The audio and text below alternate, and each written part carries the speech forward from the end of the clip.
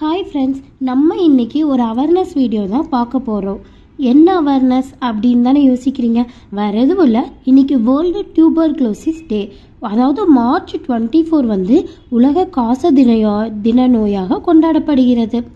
DP அப்படின்னா என்ன? Tuberculosis தமிழில் காச நோய்னு சொல்கிறாங்க. எதனால வருதா? மயோபாக்டீரியம் டியூபர்குலோங்கிற பாக்டீரியானால இந்த நோய் வந்து பரவுது.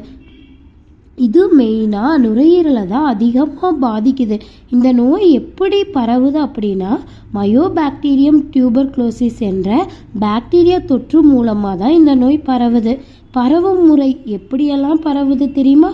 பாதிக்கப்பட்டவர்கள் தும்பும்போது அல்லது இருமும்போது வெளியாகும் காற்றுத்துளிகள் மூலமாக பரவுகிறது.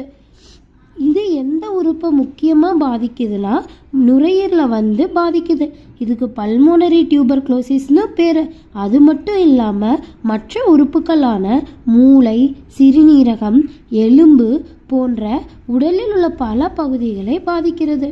இது டியூபர்குலோசிஸ் வந்தால் என்னென்ன சிம்டம்ஸ் இருக்கும், அறிகுறிகள் இருக்கும் பார்த்தீங்கன்னா, 3 வாரங்களுக்கு மேல் நீடிக்கும் இரும்பல், சளி, இரத்தம், நெஞ்சுவலி, காய்ச்சல், இரவு வேவை, உடல் எடை குறைதல், இதெல்லாம் டியூபர்குலோசிஸ்க்கான நோய்க்கான அறிகுறிகள்.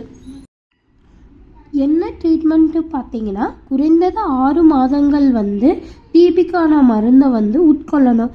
இடையில நிறுத்தினா நோய் வந்து தீவிரமடையும். மருந்துகளை தொடர்ந்து சாப்பிடுவதனால் டிபியை வந்து குணப்படுத்துவதற்கான வாய்ப்பு இருக்குது. பிசிஜி தடுப்பூசி வந்து போட்டுக்கலாம் டிபி வராமல் இருக்கிறதுக்காக. ஏன் மார்ச் 24 வந்து உலக காசநோய் தினமாக அறிவிக்கப்பட்டதுன்னா, காசநோயை உண்டாக்கும் கிருமியானது வந்து மைக்கோபாக்டீரியம் டியூபர்குலே வந்து இந்த நாள் தான் கண்டுபிடிக்கப்பட்டது. அது விதமாக 1882ஆம் ஆண்டு மார்ச் 24 டாக்டர் ராபர்ட் கோச் தான் வந்து இந்த நோய் வந்து பாக்டீரியா டியூபர்குலேனால மயோபாக்டீரியம் டியூபர்குலேனால வருதுன்னு கண்டுபிடிச்சாங்க. அதனால தான் ஒவ்வொரு ஆண்டும் மார்ச் 24 வந்து உலக காசநோய் தினமாக அறிவிக்கப்பட்டது. காசநோய் இல்லாத உலகத்தை உருவாக்குவோம்.